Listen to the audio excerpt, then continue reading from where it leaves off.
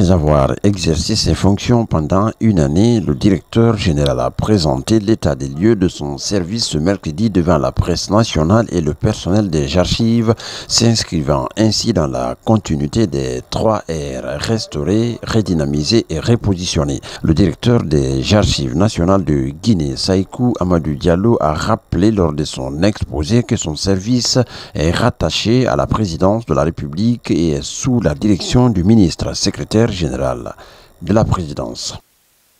J'ai trouvé des personnes, des cadres qui sont là, qui sont dévoués pour la cause. Amadou l'a dit dans son introduction, le service des archives nationales existe depuis le 1er juillet 1913. Donc c'est certainement la plus vieille institution de notre pays. Qu'est-ce que le président veut de ces archives-là? On veut les restaurer. Donc, ensuite, on veut redynamiser l'institution, que l'institution soit connue de votre présence. On veut que le public sache que l'institution existe.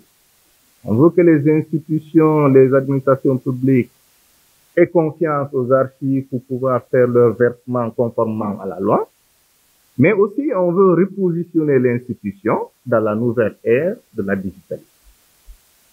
On veut continuer de très bien faire ce qui s'est fait pendant 112 ans.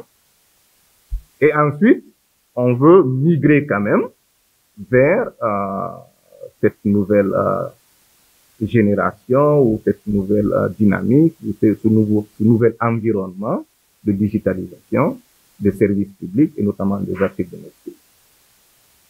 Donc, grosso modo, 3 R, restaurer, redynamiser, repositionner les archives.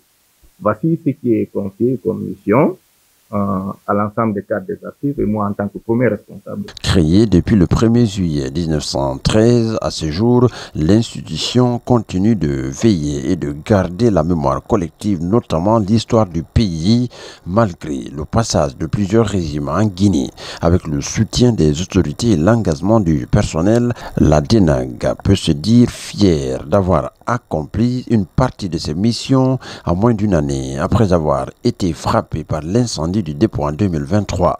Bien que ces résultats soient satisfaisants, l'institution souhaite s'adapter aux réalités actuelles. On a dit, OK, on va y aller pas à pas. Les 100 premiers jours, on va essayer de faire quelque chose qu'on va évaluer. La première des choses qu'on a faites, on a dit, OK, il faut quand même que les gens aient un minimum de cadre de travail.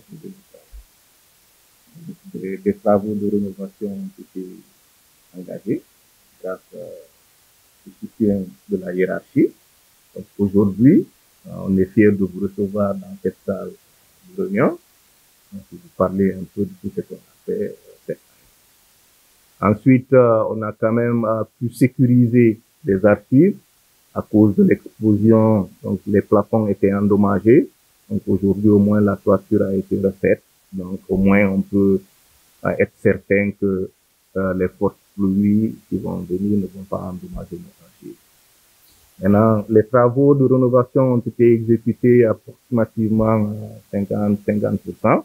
Il y a encore d'autres travaux à faire, notamment pour améliorer le confort de l'ensemble des cadres.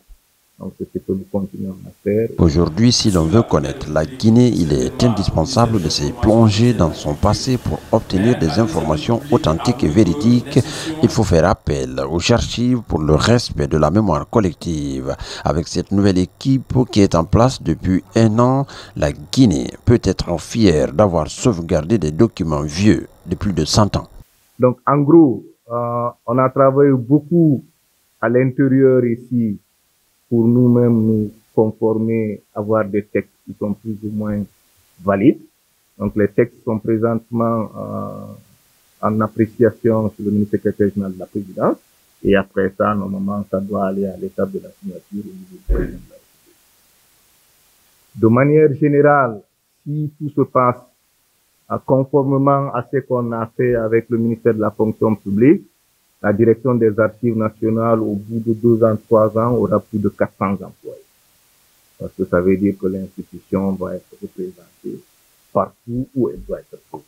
Cette présentation du bilan est une étape cruciale pour la DENAG car elle permet au personnel de redoubler d'efforts dans leurs tâches. Cependant, il est important que le peuple de Guinée se rapproche de cette direction qui prévoit de migrer vers le numérique afin de découvrir le véritable histoire du pays. Poursuivant, il a fait savoir que les archives nationales font partie des services de l'État des plus représentés dans le pays, d'où l'importance de leur digitalisation. À date, les archives de la Première République, celles de 1984 et du Camboiro existent encore, comme pour dire que la Guinée a son histoire.